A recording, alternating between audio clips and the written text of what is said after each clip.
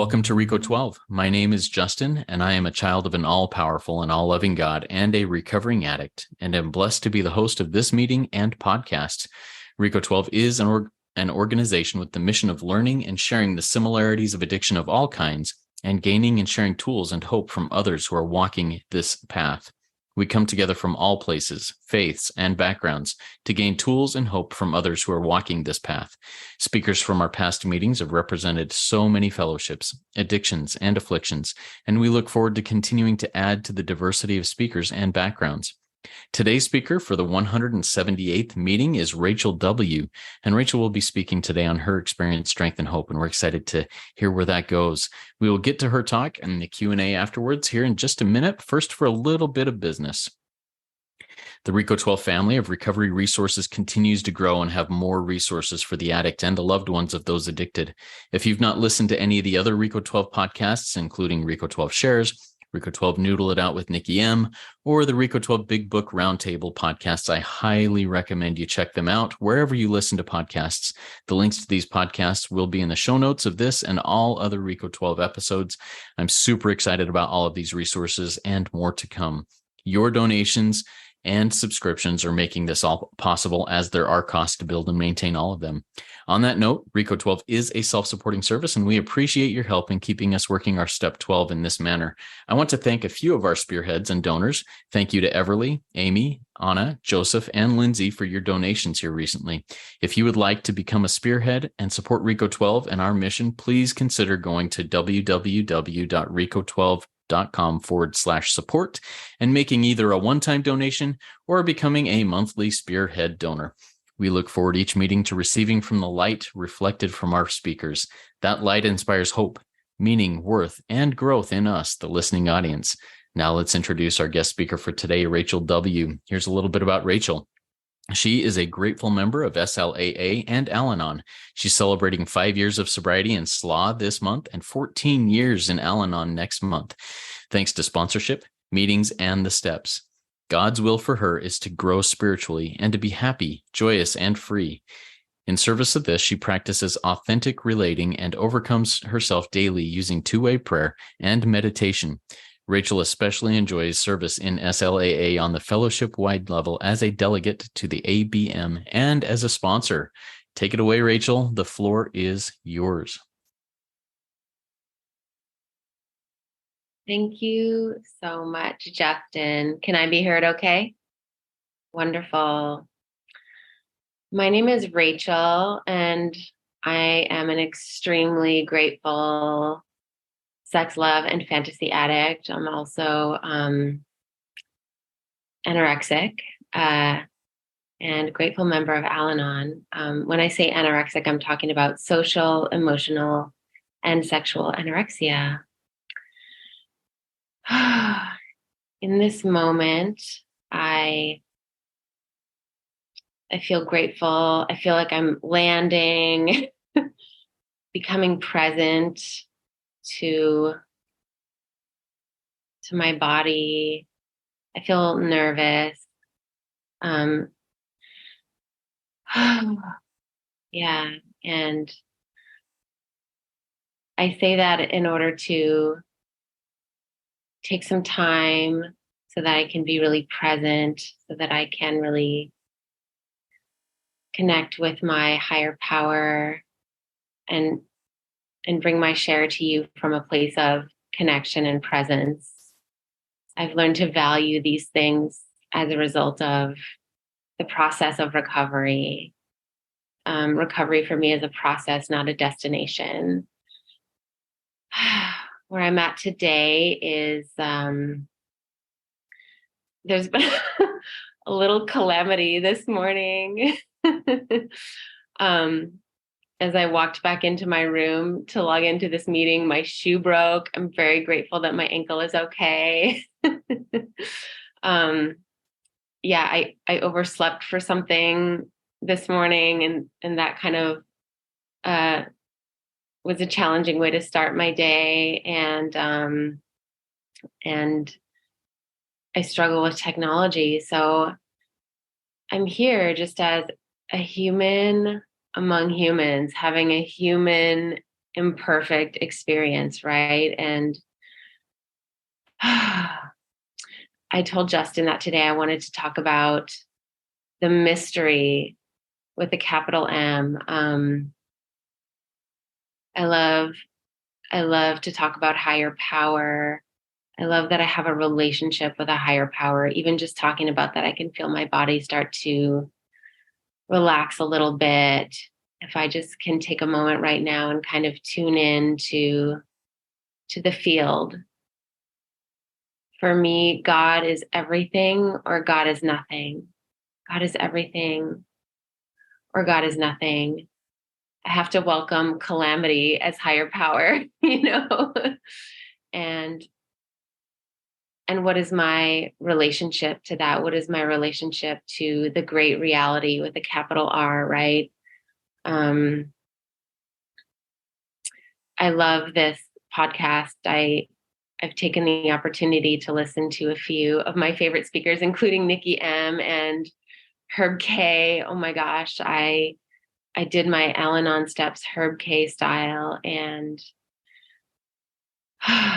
there's so much growth that can happen when I'm rigorously honest. And it is my practice to live life on life's terms, which, when I'm able to lean into that, brings me a kind of grace. If I can accept that I'm human and I make mistakes, and other people do too, I can have a relationship with reality, and that opens up a broader spectrum of choices. If I'm not able to accept reality, if I'm fighting reality, there's bondage in that, right? That's the bondage of self. I know how reality should be. And that I seek every day to be free of the bondage of self. And reality is what's happening right now. God's will is what's happening right now. And the more I practice being in that as the solution, the more joy I have in my life, the more I can laugh when my shoe breaks or things don't go according to my plan. They say that when you make plans, God laughs. And when God's plan happens, maybe I can laugh. Maybe I can be like, okay, that's what's happening today. If things were going all my way, I wouldn't be here today. And I'm so glad they didn't all go my way. I'm super grateful for that. I have a relationship with a power greater than myself today. I get to practice being in relationship with that power. It's a conversation, not just a conversation in two-way prayer and writing, but a conversation unfolding moment by moment in my life.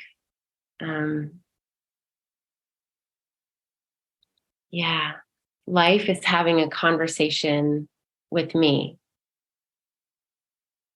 And am I showing up in a loving way for that conversation? Life has offered me the opportunity to be of service in my fellowship and participate as a delegate in the fellowship-wide business meeting of SLAA. And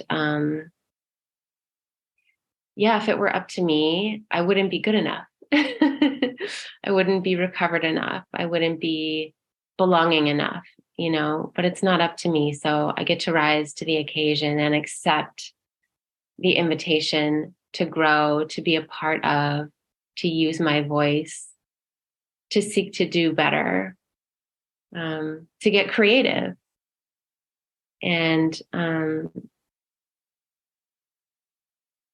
service is such a beautiful part of recovery.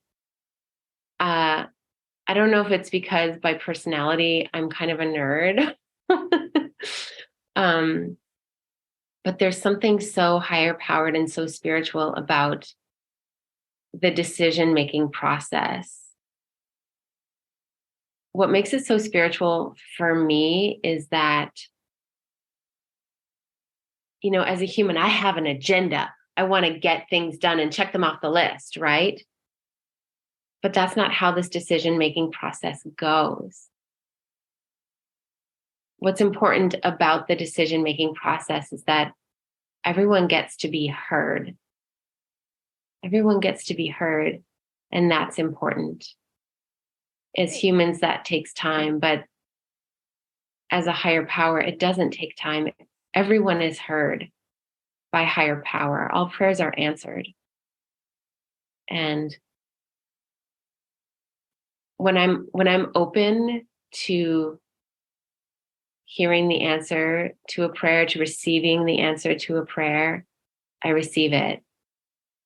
If I'm in my will, if I'm fighting or irritable, restless, discontent, I'm not available to receive the answer to my prayer.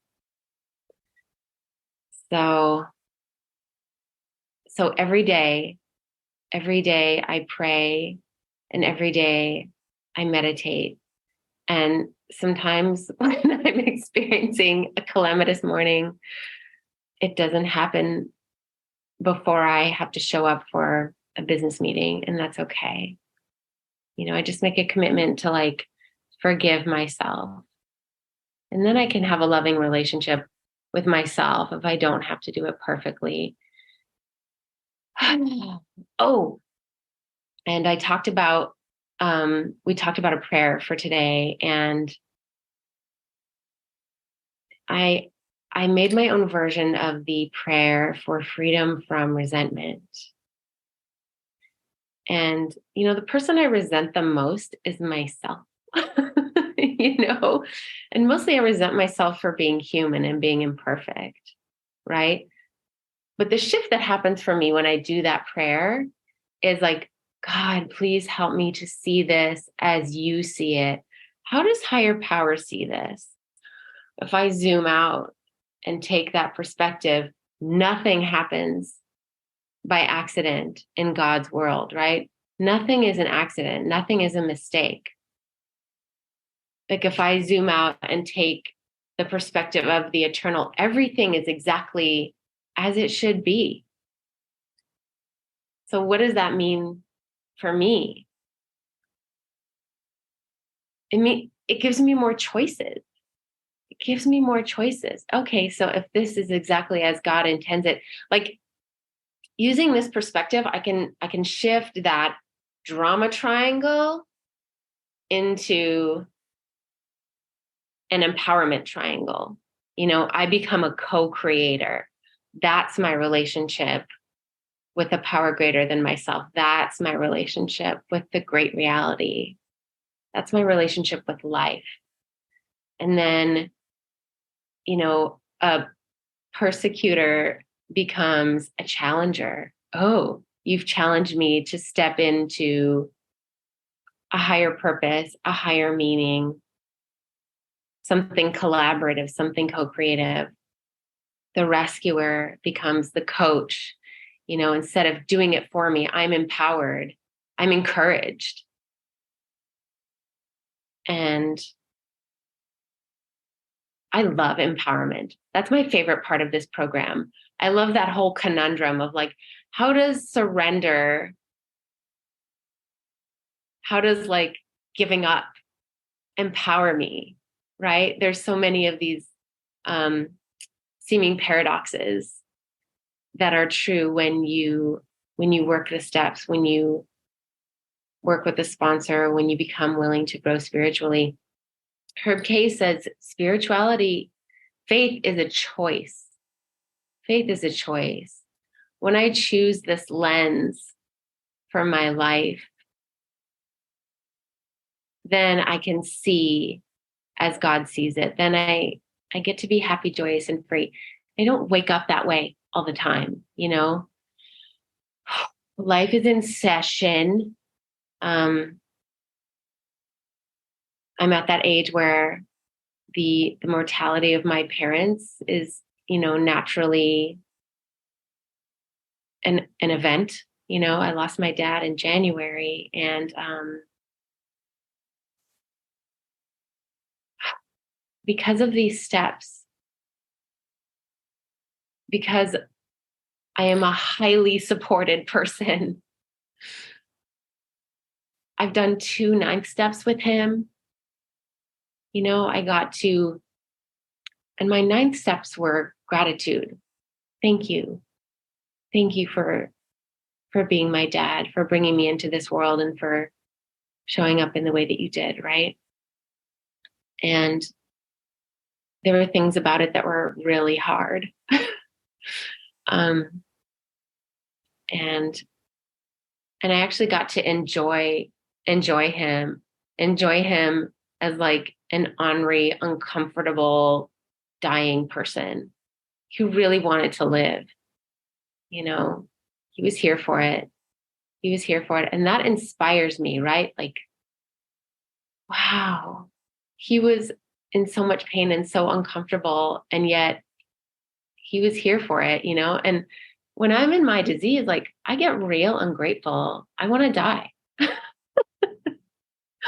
I don't want to participate, I'm like, let me get out of here.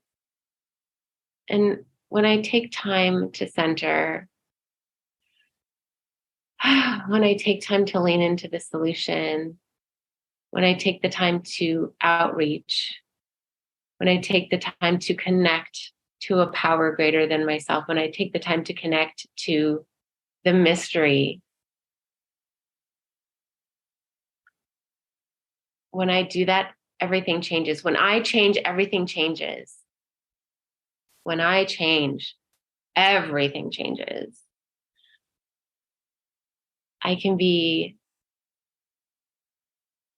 proud of my dad for having the courage to transition into the unknown, right? He did it. We all get to do it at some point.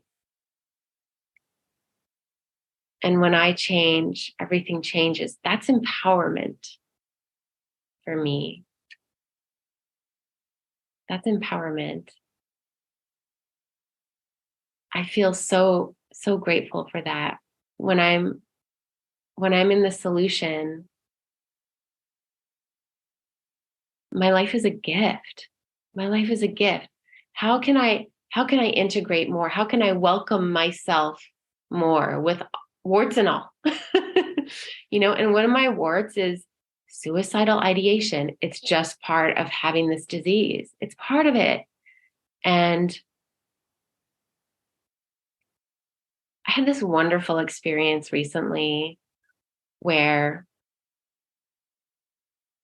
I was participating in a dance event, and the theme was dancing with your shadow. And I was like, we were invited to dance with a part of us that doesn't get to see the light a lot, and I don't shine a lot of light on my suicidal ideation. I want to keep that hidden. I'm not supposed to have that if I'm recovered. You know what I mean? Like, that's a wart. And she wanted to see the light. And I was like, okay. So I welcomed her. I danced with her. I had no idea that the part of myself that is suicidal ideation could be so fun and hilarious. She wanted to do the thriller, like she wanted to like play out a death scene on the floor. She was like zombie walking and being really hilarious. And just allowing this part of myself to speak and be seen and be witnessed by myself and by my higher power was so powerful, right? Nothing in God's world happens by accident. All these parts of me are supposed to be here. And that's what I think of when I do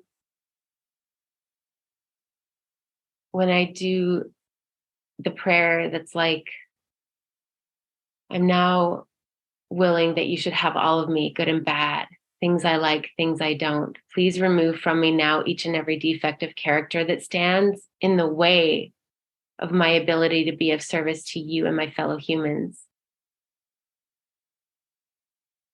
You know, that means that if it's here, it's serving in some way. It makes me a part of, it makes someone else feel less alone. So my work is to accept myself exactly as higher power has made me to be. You know, when you do this gesture, this hand gesture, namaste, I was recently told that one hand is human and the other hand is being. That's relationship, human and being. I've got one foot in each, right? It's necessary for me to navigate the complexity of humanity and divinity. Like, I'm the connection. I'm the connection for myself and others. So that's the choice I make. I choose to see my life through the lens of faith because it serves me. It serves me to have an opportunity to be happy, joyous, and free, and so that I can serve others. And that's what I got. Thank you so much for letting me share. Thank you so much, Rachel. I love this share. And there was so much, well, it was definitely heartfelt. There was so much feeling in there. And I appreciate you sharing from the heart. Good stuff. A reminder to our live audience here, there's a lot of you, a couple dozen of you in here, even though you don't get to see each other, we get to enjoy the fact that we are a group here. If you have questions for Rachel, please type them in the Q&A link at the bottom of your Zoom window. Looks like two speech bubbles over the top of them, of each other, and we'll get to those questions. I've also written a few questions here for you, Rachel, that I found very intriguing. I'm going to start off with one of these. And this one might be a little bit hard to do verbally. I mean, the people here will be able to see you acting out, but those who are listening in the podcast won't be able to see that. But could you describe for me a little bit? You talked about the drama triangle being converted into a power triangle. Try to verbally describe what that looks like. What does a drama triangle look like, and what does the power triangle look like, and how does that conversion happen? Yes. So the drama triangle is an upside down triangle. So across the top is a straight line, and then at the bottom is the point, and at the bottom is the victim. The victim. Anybody seen that in a fourth step? Oh my God. And then at each of the corners on the top is a persecutor and a rescuer. And it sounds like you're familiar with this triangle, Justin. I have heard of it. I've never seen it drawn out. So I'm drawing it out as you're describing it. So yes. Yeah. And so those are the roles that we play when we're unconscious. And so the empowerment triangle is you take that triangle and you flip it upright. So the base of the triangle is now on the bottom and the point is at the top. And that point at the top becomes a co-creator. And the persecutor is replaced by the challenger. And the rescuer is replaced by the coach. Love it. And so the shift in that happens. Tell me how that shift happens. Walk through that process from being the victim into being, at one with the co-creator there. Oh, it happens when I do inventory, or, it can happen when I do a 10th step, which according to Herb K is not something you write at night. It's something that happens in the moment, right? I can make that shift. I'm having a moment where I'm feeling victimized by life. Wait, if I remember that I'm a co-creator, what shift happens? If I can just change my lens, right? Like, let me take my victim glasses off and put on my higher power glasses. It's a new pair of glasses. Yeah, thank you so much for walking through that. I really appreciate it. That helps me clarify a few things and put some new images in my head as to how that works. Thank you so much, Rachel. We have a question that came in from Marcos from our live audience. Here's what Marcos asks. What small triggers in your life have you had that have had profound impact on your daily activities? People often think it's the big stuff, but I find that small events can trigger big defect responses. Or can you help give us insight as to how you find ways to pause in those moments? Thank you for this question. As I'm taking it in, I'm like, are there small triggers? I mean, everything feels so big to me. You know what I mean? And yeah, because I'm dramatic. I'm an addict. I only do extremes, you know? So I guess something small might be like my shoe breaking, right? That's kind of a small trigger. Like, I could have been hurt.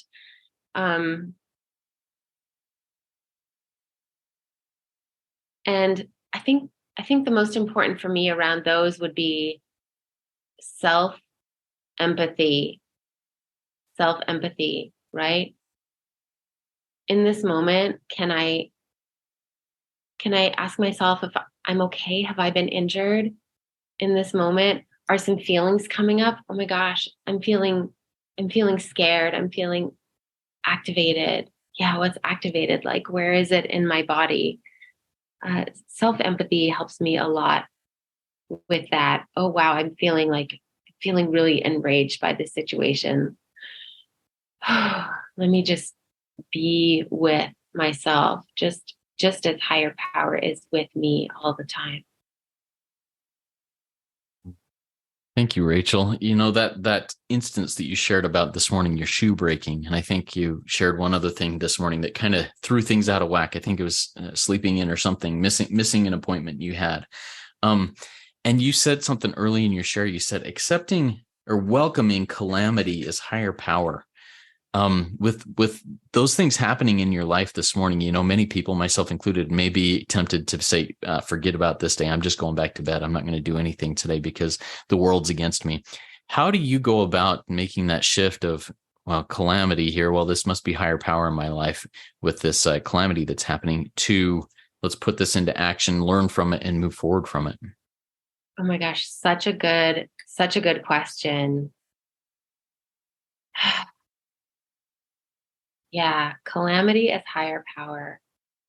Well, first I go to the mystery, right? This is a super important thing about mystery. I don't know. I don't know.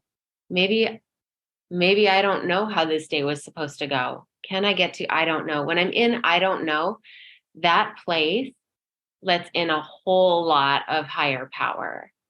In my disease, I know how this is going to play out. You know what I mean?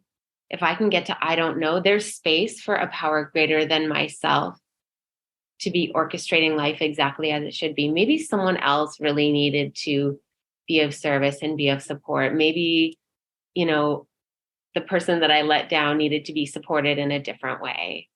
I guess I don't know how today was supposed to go, I don't know. Mystery, higher power.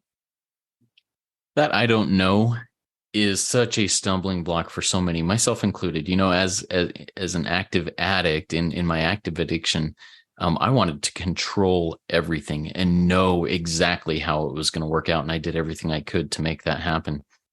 In recovery, I have to embrace the fact that I have no idea. But man, there are some days when that does not bring peace at all. The fear of the unknown just dominates me. How do you embrace that? I don't know. How can you accept that and embrace it and just walk forward? It's sometimes into the dark without any knowledge of where your feet may land. Yeah. Yeah, that's a great question. I mean, I would say nervous system training. You know what I mean? Like, like my sponsees hate it when I say this, but if you're uncomfortable, you're doing it right. You know what I mean? Because I'm recovering from a pattern of behavior, you know? And so when I'm in that pattern, it's very comfortable because I know what's going to happen. I know the steps to this dance, right? So I have to be willing to be uncomfortable. And that's not an easy place to get to at all.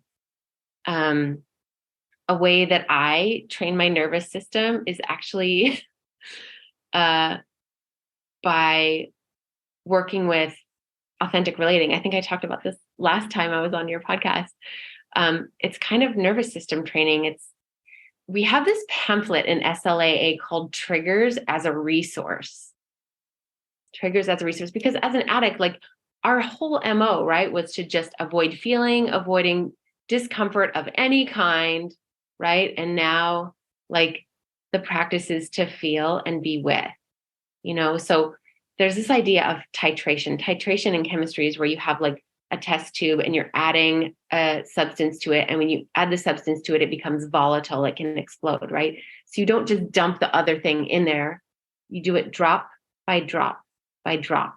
And so I'm able to lean into discomfort by tuning into myself, listening to myself. I count, right? I count, and I can stay in some discomfort if I'm listening to myself and attuning to myself and knowing like, okay, I can tolerate this amount of discomfort, and if I go past my edge, if I blow past it, I can't do it, so, but the more I listen to myself and practice titration, like being with a manageable amount of discomfort, I can train myself to manage more discomfort.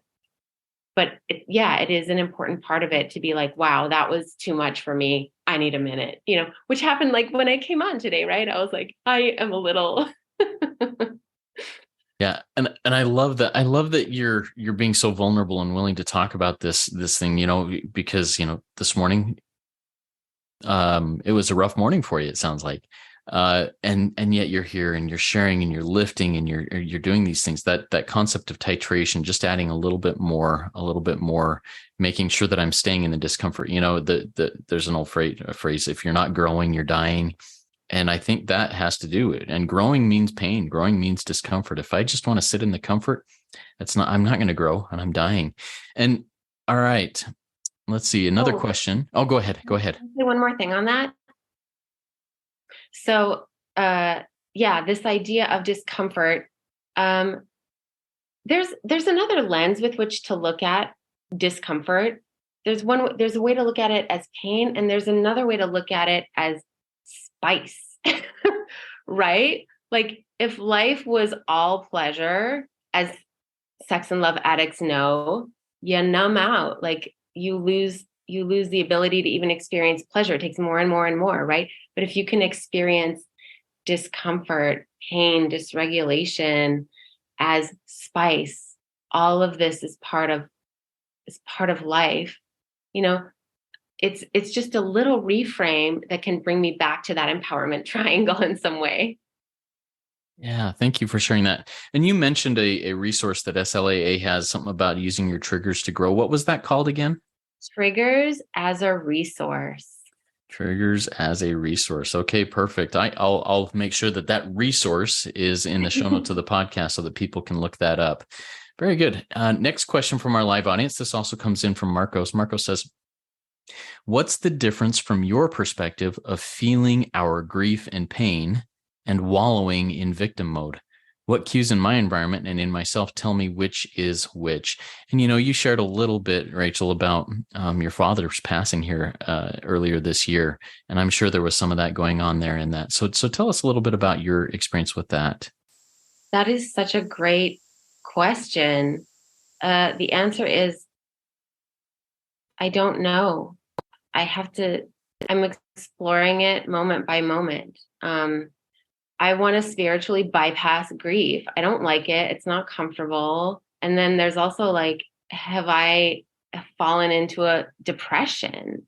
That is a part of my story. That is a thing that I deal with, and so the only way to navigate that for me is to like not be left to my own devices. Like, let me check it in with a sponsor, and my sponsor reminds me, like, have you sat with grief for a little bit? I invite people to set a timer, you know, set it for 10 minutes, and then move on. But if I'm fighting grief or depression all day, then I'm fighting it all day, right? But if I can take just 10 minutes or 5 minutes to like, oh, let me be with this experience, you know, in my opinion, like maybe 10 minutes is not wallowing, or maybe wallowing for 10 minutes is okay, Yeah.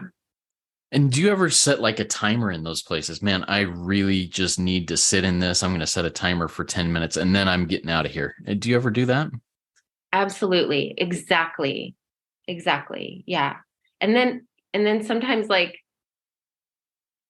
I I move through it faster than the timer, or sometimes I'm like, oh, I might need another 10, so it is an evolving, mysterious thing. And also grief is also beautiful, I find. To me, grief points to the fact that there was something important and meaningful in my life. And I can tell myself a story around it that, like, I'm never going to have something that important again, and I can also tell myself I'm not getting over it. I should be over it, and neither of those things are true. I think grief becomes us. I think it's a part of us forever. And it's something that I'm going to navigate forever. Mm. Yeah, when you brought up that grief can be beautiful, and you brought up and you shared so beautifully about I think it was the shadow dance that you did with the suicidal ideation part of yourself. Um, how so Carl Jung said something to this effect, and I'm going to butcher it. I'm just paraphrasing here. If you can't find God, you probably aren't looking low enough. How does that relate here? I mean, you danced with the suicidal ideation part of yourself. You're talking about grief being beautiful. And if I can take those negative and hard and painful shadow sides of myself and make them beautiful, how does one go about doing that? That's a really great question, especially for those of us who are vulnerable to depression, to addiction. Like, navigate with care. So something that happened in this dance experience was before we got into the shadow, we did a lot of self-resourcing. We voiced things about ourselves that we love. We wrote them on our bodies. We had partners reflecting that back to us. We danced in celebration of these parts of ourselves that I loved. Right. So yeah, self-resourcing. What resources you? Prayer, meditation, outreach. We were invited today to make a list of our tools. Use your tools, and just know what you're available for. Does that help answer that? I think so. I mean, that's let's say that I'm not in a place, well, where I've got others around me to help me do that resourcing. How can I do that on my own? I mean, or do I need to make some outreach calls and make connection with others that can help me with that? I would almost say, yeah, maybe reach out first. Make sure you do have the ability to do that. For me, my experience of higher power is gentle, right? Like, I want to force a solution. I want to like push to my agenda. And that's just never my experience of higher power. Higher power's way is always the gentlest way. Yeah. And that my higher power of most of my life was not necessarily gentle.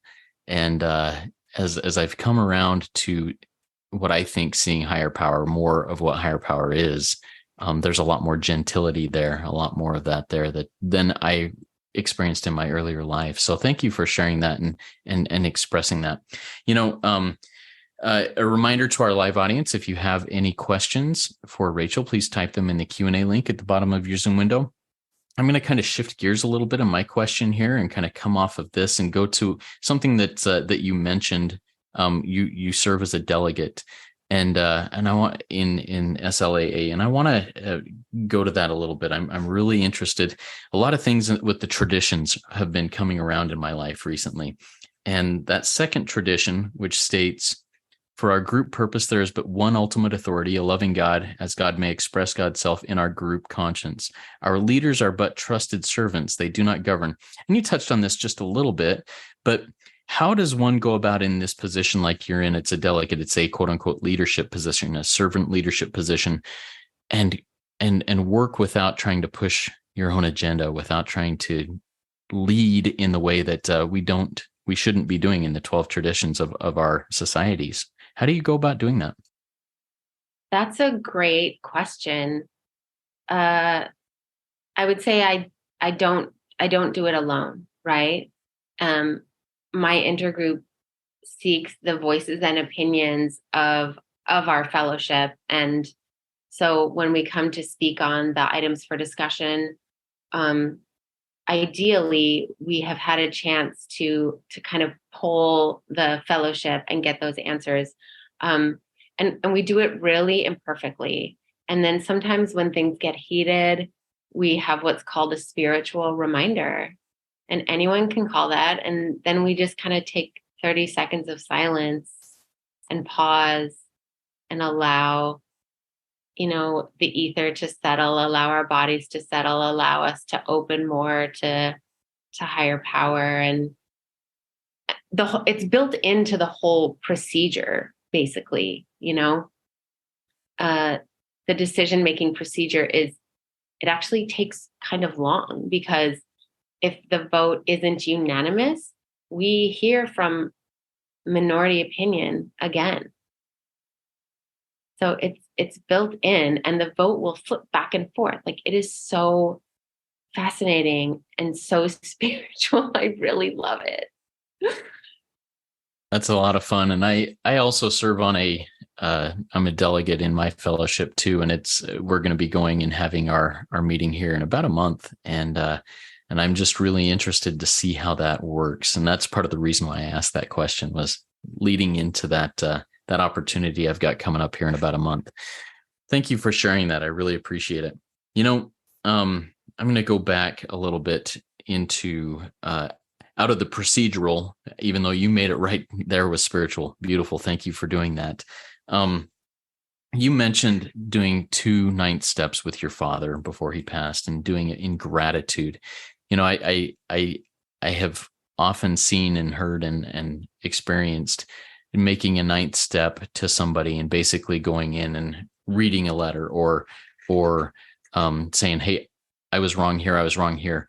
But you said you did it in gratitude. You said, "Hey, Dad, I'm grateful for this. I'm grateful for that." Tell me a little bit about the differences in those approaches. And is it always appropriate, or should more of a gratitude thing be done, or in all of these situations? What is your thought on that?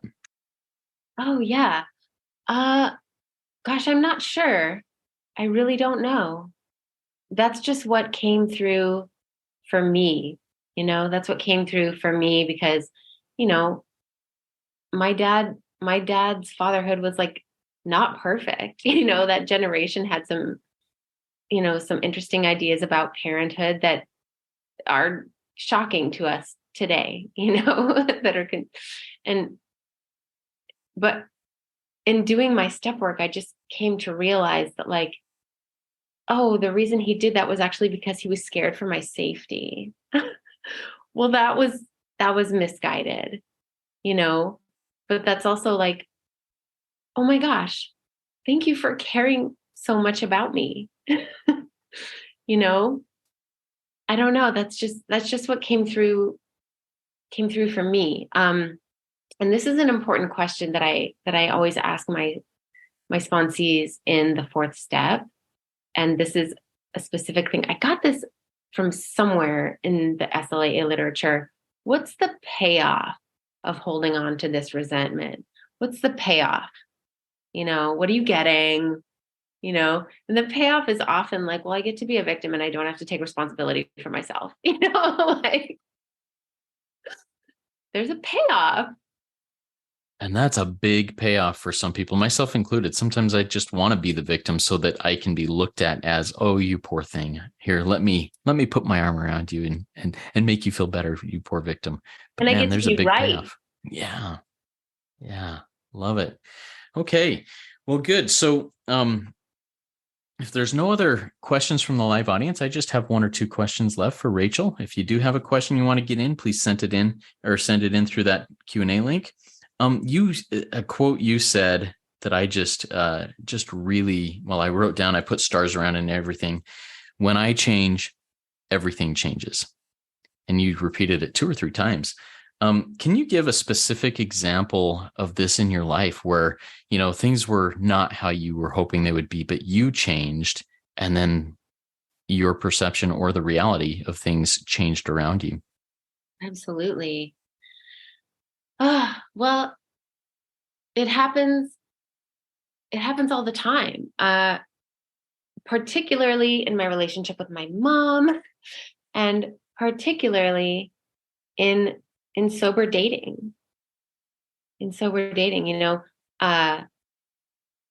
not like the earth has repopulated all of the men on this planet, right? That's not what happened. But I changed. So when I make sober dating choices, like sticking to my dating plan and valuing myself and using my voice and trying to find out how does no go? How does it go when I don't people please and I risk disappointing someone? Everything changes because I changed, right? Like yes, in active addiction, like I was victimized. There were some non-consensual things that happened, and well, I did make the choice to go there and continue to go with this person to this place. You know what I mean? So what could I do differently? I need to change to keep myself safe. And that's not the case, for everyone's situation of being perpetrated against. And also, like, in active addiction, like, I am also a perpetrator, like it's not, I don't get to like wave that victim flag, like there were choices that I made then that I don't have to make again. Yeah, and for me, that's a big that was a painful realization for me to see that, I'm also a perpetrator.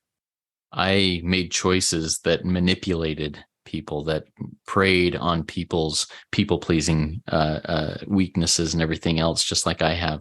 And when I realized that, it was painful, but man, did it open my eyes to the reality of the situation. Any other thoughts on that perpetrator thing, or that you want to go into? Well, when I recognize that, like, I too have done these things that I think they did to me, I become a human among humans, and then I have to take responsibility for myself, right? And taking responsibility for myself means acknowledging that I'm a vulnerable person. I'm vulnerable to people who are manipulative, and I'm vulnerable to like narcissistic abuse, or I'm vulnerable to people in active addiction. you know and in light of that responsibility, and in light of that like realization, let me take responsibility for that and like slow my roll, and get support, get other opinions.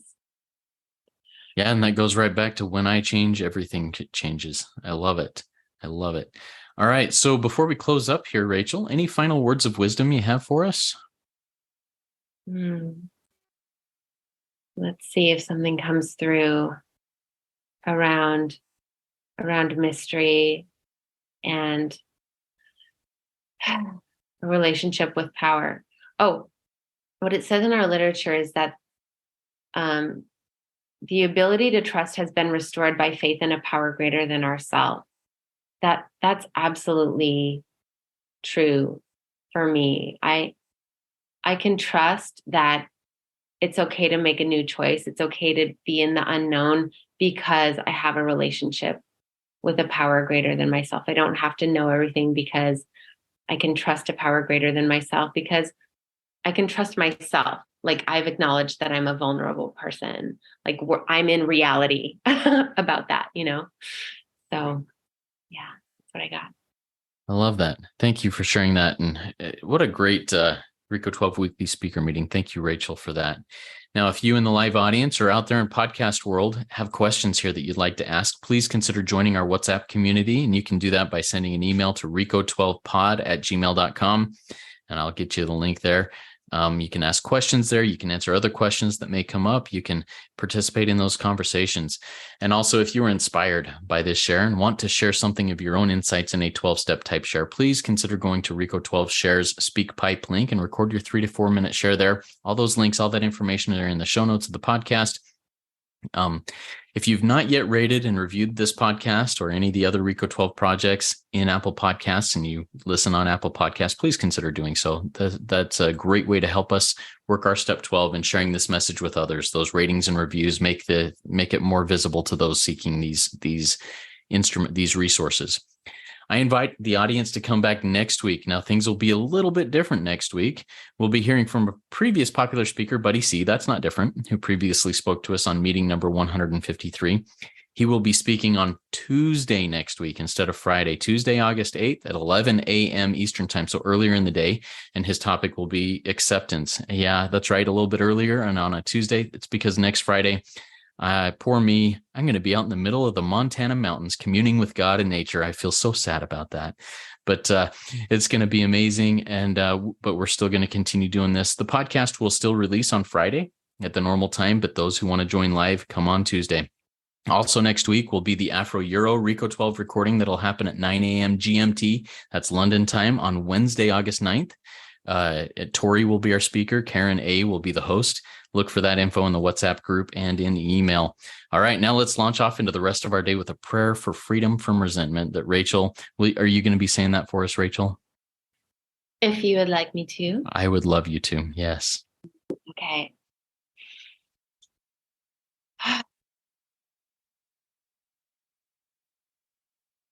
God, like myself, this is a spiritually sick person. Please help me to show them tolerance, compassion, and patience. Please forgive me for being angry or judgmental, and enable me to stop clinging to this resentment. Please remove this resentment and help me to see them as you see them. Show me how I may be helpful to them. Thank you so much, Rachel. Remember, everybody, there is one who has all power. That one is God. May you find God now. Keep coming back. Let's trudge this road of happy destiny together. Work it. You are worth it.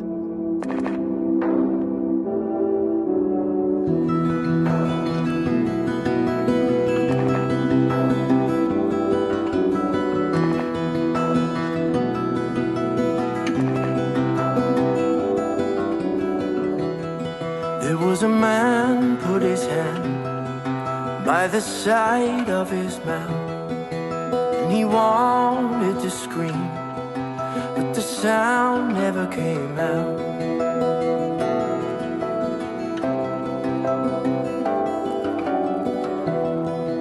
So he reached for the bottle to wash the pain away, 'cause what he wanted so badly was to live a different way. And all of his problems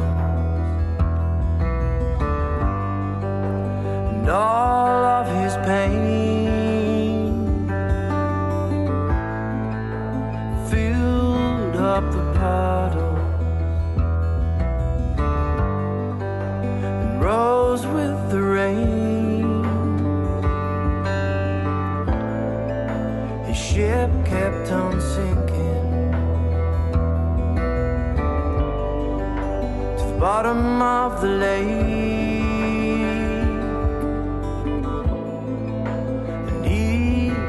for certain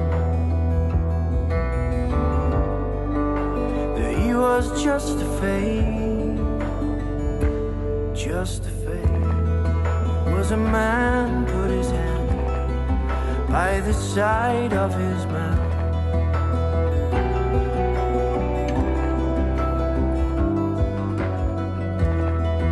and he wanted to share, but only lies ever came out.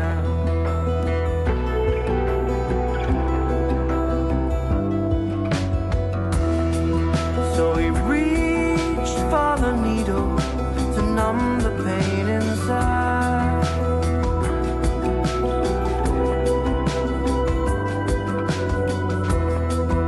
and the truth that he yearned for shriveled up and died.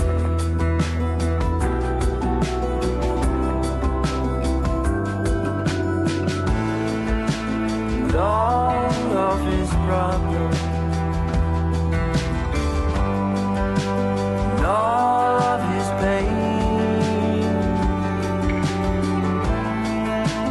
filled up the puddle, rose with the rain. Ship kept on sinking, bottom of the lake. He knew for certain that he was just a fake, just a fake.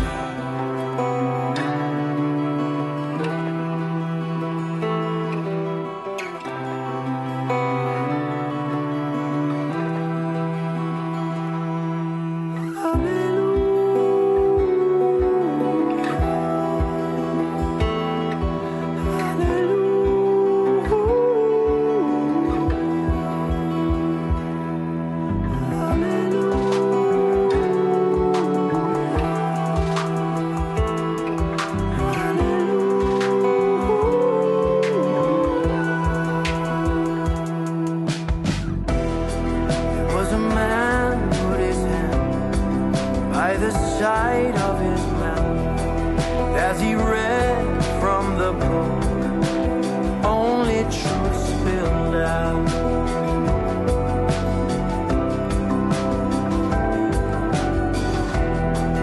So he reached for a power to help him through the night.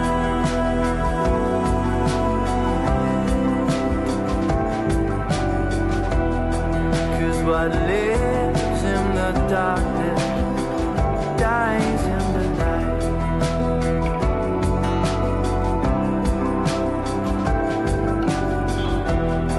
Yeah, what lives in the darkness